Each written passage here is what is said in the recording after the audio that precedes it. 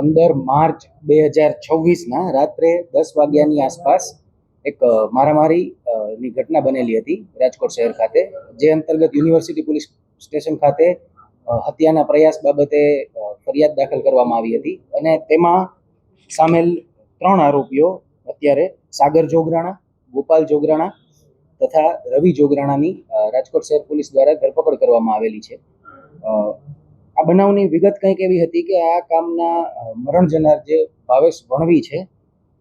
તેમના દ્વારા અમીર જોગરાણા કે જે આ ફરિયાદના મુખ્ય આરોપી છે તેમના વિરુદ્ધ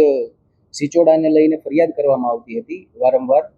તથા મરણ જનારના એક કૃપાલીબેન નામના મહિલા જોડેના સંબંધો હતા તથા અમીર જોડે પણ તેને ઇન્સ્ટાગ્રામમાં વાતચીત થતી હોય અને સંબંધનો શક હોય, જે બાબતે ભાવેશ વણવી જે આપણા મરણ જનાર છે તથા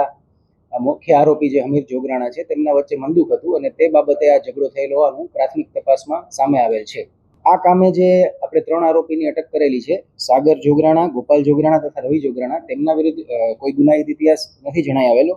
પરંતુ આ કામના જે મરણ જનાર છે ભાવેશભાઈ વણવી તેમના વિરુદ્ધ ભૂતકાળના 8 ગુનાઓ છે, મારામારી, રાયોટિંગ, ધમકી તથા પ્રોહિબિશન જેવા હેડ હેઠળના, અને તેમની પાસા હેઠળ અટકાયત પણ થઈ ચૂકેલી છે. આ બાબતે હજુ તપાસ, ડિટેલ્ડ ઇન્ટેરોગેશન અને તપાસ ચાલી રહી છે, પરંતુ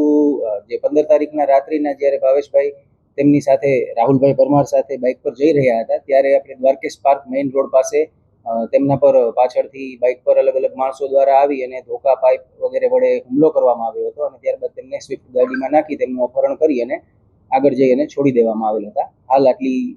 જાણકારી મળેલ છે. અમીર જોગરાણા ભાડે ગાડી ચલાવવાનું કામ કરે છે અને આ બાબતે જે તપાસમાં નામ ખુલેલા છે તેમાં મુખ્ય આરોપીમાં અમીર જોગરાણાનું નામ ખુલેલું છે. આ ઉપરાંત દેવકરણ, વિક્રમ તથા ભૂરો જેવા નામ ખુલેલા છે, જેની આગળ તપાસ ચાલી રહેલ છે. જે યુનિવર્સિટી પોલીસ સ્ટેશન ખાતે એક અરજી કરેલી હતી, જેમાં અમે વિગત જણાવી એ રીતે જ કે કૃપાલીબેન અને ભાવેશ વણવી વચ્ચેના જે સંબંધો હોય તેના આધારે તેમને હની ટ્રેપની ધમકી પણ આપવામાં આવેલી હતી, જે બાબતે અમીર જોગરાણા દ્વારા અરજી દાખલ કરવામાં આવેલી. આ તમામ આરોપીઓની હાલ અમે તપાસ કરી રહ્યા છીએ. વધારે વિગતો આવશે એટલે જાણ કરવામાં આવશે. તપાસમાં તમામ સંડોવાયેલા વ્યક્તિઓ જેમના નામ ખુલશે એ તમામ તપાસ કરવામાં આવશે.